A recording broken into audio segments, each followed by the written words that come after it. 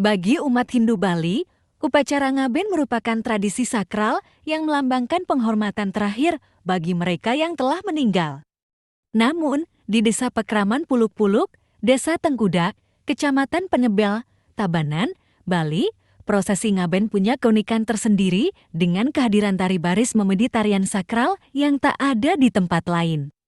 Tradisi yang langka, tari baris memedi untuk penghormatan terakhir.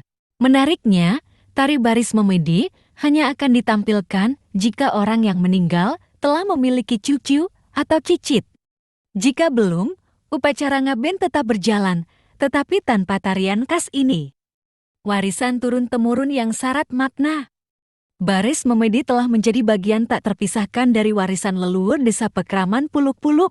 Susana Yasa mengungkapkan, tak ada yang mengetahui asal-usul pasti tarian ini, tetapi masyarakat yakin bahwa tari baris memedi adalah simbol untuk mengantar roh yang meninggal menuju alam swarga loka. Tarian ini dibawakan oleh sejumlah pria dengan jumlah ganjil, umumnya 9 orang, sesuai dengan 9 arah mata angin yang dipercaya dalam tradisi Hindu Bali. Keunikan yang menarik perhatian di Pesta Kesenian Bali PKB. Di ajang Pesta Kesenian Bali, tari baris memedi yang langka ini pernah tampil memukau penonton dengan kesakralannya. Menariknya, sebelum tampil di acara besar ini, masyarakat desa melakukan ritual khusus untuk meminta izin dari Eda Sang Hyang Widi-Wasa.